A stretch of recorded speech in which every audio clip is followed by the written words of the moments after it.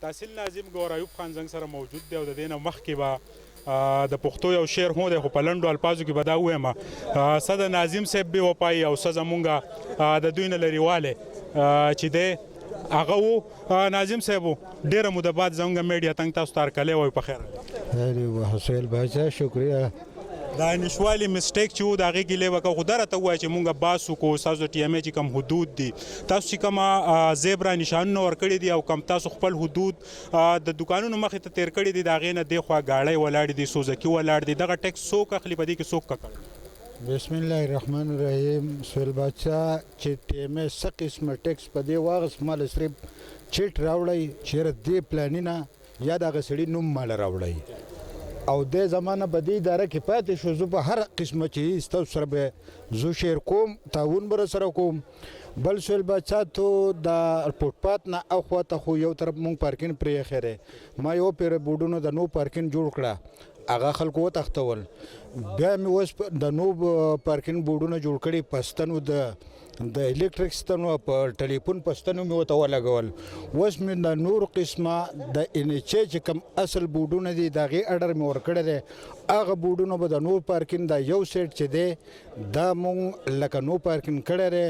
چونکې ما په دې پسې په دې مخکې ورځو کې که ستاسو په یاداشت کې ما پورلیپ راویستی او په دې مونږ ډېره سختي راویستې وه چې یاره دا یو طرف ته کولاوي نو که د یو طرف ته د روډ پارکینګ کېږي نو روډ به خلکو ته کولاوي روډ به ځي او یو طرف ته دې پارکینګ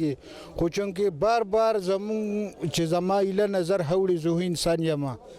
نو هغه خبره بیا بار بار راځي په دې اوس ما ډي سپي صاحب ته ووایي چې په دې خبره به زما او ستا ولې نه فنکشنل کېږي څه مسله ده اډې کې خو ذاکر صاحب دا خبره ده که نه چې تاسو پوه یې چې دا ټرانزیټ اډه ده ټرانزیټ روډ د زمونږ بټخیله پېښور او دا ټول یو دغه دی نو کم ځایونه کې چې مونږ ته لکه د کوټې بوی د سټینونو ضرورت دی نو هلته د یو سټین د یو ګاډي مونږ اجازت ورکړی باقي ما پولیسو ته دا دغه کړی چې د یو ګاډي نه دوه په هغه تاسو پرچه کوئ 3 ورځې بندوئ دغه ټریفک پرچه وله ورکوئ هر څه چې ورسره کوئ خو ما ته به صرف یو ګاډی پرېږدئ دې شی د مینګورې دی نو تاسو چونکې د پاکستان تحریک انصاف سره چې دی تعلق دی اوس به لږه ورځې بعد بیا عوامو ته مخامخ کېږئ په ټول ملک کې اپریشن وشو د تجاوزاتو خلاف زمونږ په بریکوټ بازار کې په 200 منټه ټریفک بني آیا دا د ګوهر ایوب دپاره یو لمحه فکریه ده که نه ده سهیل باچا زه تا په دې ته اګاهي درکړم په دې کې زموږ په نګران ټایم کې یو ټیم راغلی د پی ایچ ای والا هغه ووایي چې موږ په پیر بابا روډ باندې تجاوزات هټوو خو هغو ته ما که ستاسو سره د ډرین جوړولو دا ستاسو سره سکیم وي ما ته فوټپات جوړوئ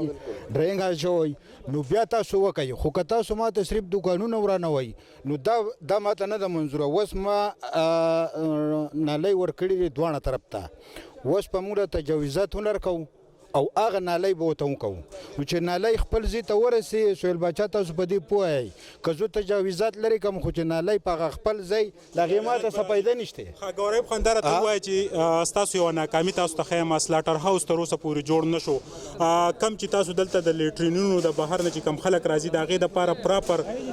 کم ښه نظام چې و هغه په هغې کې تاسو ناکام سهیل باچا ناکامي خو به زه دې ته خپله ځکه نه یم چې ما سیکشن 4 دپاره یو پیره د ټي ایم ای د اپیس دپاره سلاټر هاوس دپاره سیکشن 4 ته کاغذونه لیږلي وو هغه سیکشن 4 13 ډي سي په هر وجوهاتو چې و هغه کینسل شو یو ځای باندې ونه شو اوس موږ بل ځای لیږلی هغې کې کاغذونه ځي او راځي نو کم که حده پورې چې زما کار دی ما کړی دی زما د حد نه چې اخوا دی هغې باندې به تاسو ما نه رنګ جهان مننه جی ګوهر ایوب صاحب چې و تحصیل ناظم د بریکوټ سب ډویژن زه به په پنجابۍ کې یو شعر ویم د ده دپاره دی که دی پې پوهېږي وایي کچ اونج بھی رواں اکی سن کچھ بات تی وچ بھی تول سی کچھ شهر دی لوگ بھی ظالم سن کچھ سانو بھی مرنے دا شوق سی ګوهر ایوب صاحب سره اختلافات په خپل ځای خو د تحصیل ناظم په حیث چونکې دی د دې علاقې مشر دی د خپل یو کردار لوبولی دی